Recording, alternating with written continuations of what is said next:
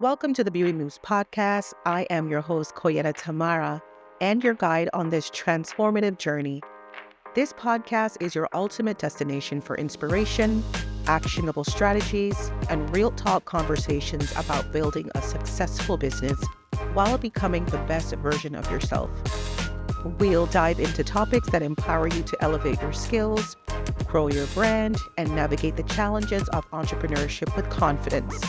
You will hear from industry experts, learn the secrets behind thriving businesses, and discover the mindset shifts that will set you apart in a competitive world. So whether you're starting out or looking to take your business to the next level, you're in the right place. Together, let's take bold action and make your vision a reality. Let's make beauty moves.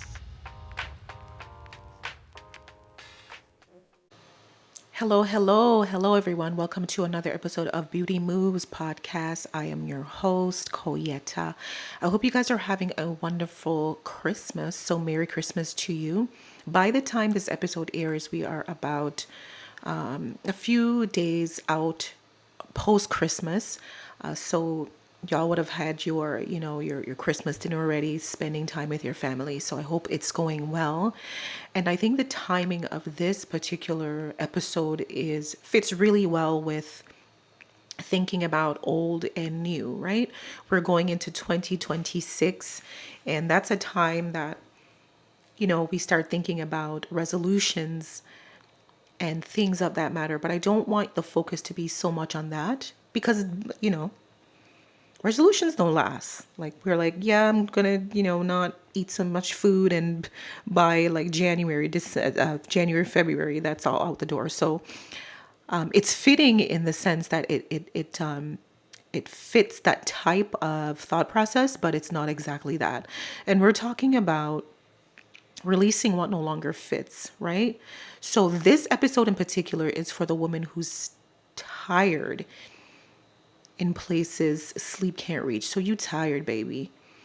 It's for the woman who's been holding it together with the strength God never asked her to use. We are, and I can attest to this 100%, just putting so much effort and strength in when I didn't need to, exerting so much effort and energy when you don't need to. I think, especially as a Black person, Black woman, we're so used to being the strong one when we don't need to be. So letting go is not quitting. Letting go is not quitting. We're talking about releasing what was never yours to carry. I was reading an article or a post, one of the two, about I can't remember specifically, but there was some type of study being implemented, and when it came to the Black people, the test was like the levels were lowered because the thought processes were so strong. We can tolerate the pain, we can tolerate the exertion, the pressure. And why? So we're like releasing all those things you were never meant to carry. That's the pressure society puts then on us naturally, as I mentioned when I was talking about the test. They naturally believe that we can handle it. But when we're trying to relieve our own pressures, the timelines that we created for ourselves in our heads about who and what we would be and what we would accomplish, by that certain time, everybody has done it. The expectations you thought, the guy I would have, the business I would have, the money I would make, the emotional load. You are the one carrying the load for everybody. That's me. I'm the type of person I used to take on other people's problems. That's why I couldn't be a social worker, because that's what I went to school for initially. That emotional load would be too heavy for me to be taken home with me every day. And we're going to release the roles that you've outgrown. Even as a business owner, you can outgrow roles in your business, patterns, standards in your own business, and much more so your life. Mother, Not necessarily you're no longer a mother, you're just not mothering the same way. So as your child grows up, you're mothering differently. It's not going to be to the same level of scrutiny as you did, or as you had when your child was a baby. And then you move through, all those preteen years. The level of mothering does change, and so you have to grow and change with that, because your kids will be like, you're all like, I'm not a baby anymore, they'll tell you. So even that has to change. When I let go, which we all have to do, I'm going to tell you, like, my desire, there was a point in my life when I felt like I needed to carry everything. Like, if I let go of everything, if things were going to fall, I needed to control. I did not know I was such a control freak until a few years ago. But that's because, you typically develop that if you feel like things are out of control. So that is your only way to rein and reel things back in, right? Is to control it, is to be the overseer of all things. But the danger in that is that you burn out. You drop the ball somewhere else. So when I let go, I discovered a new peace, legit. As a 42-year-old woman, there is no, like, I'm not looking to, like, peace is a priority. It's a mandate, right? I need that going forward. If I'm going to live my best life, be in my best health, that's important for me. I also discovered new clarity, things I wanted to keep, things I wanted to let go of, things that were confirmation for me. I also discovered new offers in business, new things I wanted to experience for myself, new experience I wanted to allow myself to have, right? I also experienced new boundaries. I put new things in place. No longer was I going to work myself to death. No longer were people going to have access to me in the ways that they used to before. No longer was I going to allow myself to allow my happiness to be dictated by others. Like, all those things have to change. So when you're letting go, the change will be in every area of your life, but you have to let go. And I let go, I discovered new strength. Like, I didn't know I had all this inside of me. It's so interesting that as you morph and as you grow, you rediscover yourself at every level. There's like a new discovery about who you are, what you can do, what you can tolerate, what you will not tolerate. And there are new boundaries that you put in place for everything you let go and for every new height that you reach. And I want us to stop thinking that, because you're tired, you're weak. This episode of Beauty Moves Podcast is brought to you by Zensurance, because building your dream business is exciting, but protecting it is essential. Whether you're a stylist, salon owner, content creator, or service-based boss, Zensurance offers business insurance quotes that fits your unique needs. They make it simple, affordable, and stress-free to get protected so you can scale without fear.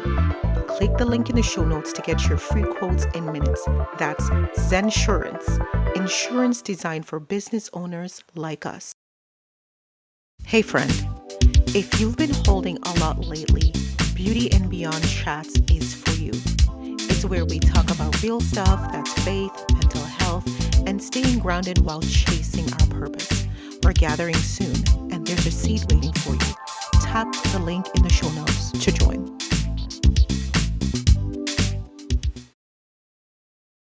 Or you may be fed up. It's not weakness to feel this, and healing is also not weakness. We have to be discerning in how we go about our lives, and how we view ourselves, and in how we talk about ourselves, and in how we view what healing looks like. You don't have to hide that part of yourself, that something is not working, or your business is not working a certain way, or things are not great. We tend to hide that sort of thing, and we don't need to. So healing is not weakness. When you're healing, you're growing, you're getting wiser, you're getting stronger, you're getting healthier, you're building up your tolerance level, right? And your business will shift when you stop building it from brokenness. When you operate from a place of brokenness, you can still do your business, but is it being done to the level it's supposed to? More than likely, the answer is not. I've been there. I've been there. And it's a cycle that I go in and out of, where things are like, yay, and things are nah. But at the end of the day, we still show up. You can still operate, but don't look at something being wrong as a state of weakness, or that you're undeserving. Take the time you need to heal, because that's actually wise. It's actually wise to pause. It's wise to recognize. I think part of the problem is we don't recognize. Another part of the problem is that we lie to ourselves about how we feel and about what's actually happening. And all of us do not do ourselves justice, any kind of service, by lying to ourselves. It doesn't work. It's just delaying what needs to be fixed. It's delaying the inevitable. It's delaying the fall. It's delaying the brokenness. It's delaying the healing. And that's what we want. We want the healing. We want to be able to recognize it and develop steps to help us go through the healing process. So I want you to ask yourself this: what do I need to release so God can refill me? We need a refill, y'all. With 2026 around the corner, yeah, we need that refill. We need things to nourish us back to not just the level where we were, but even higher, right?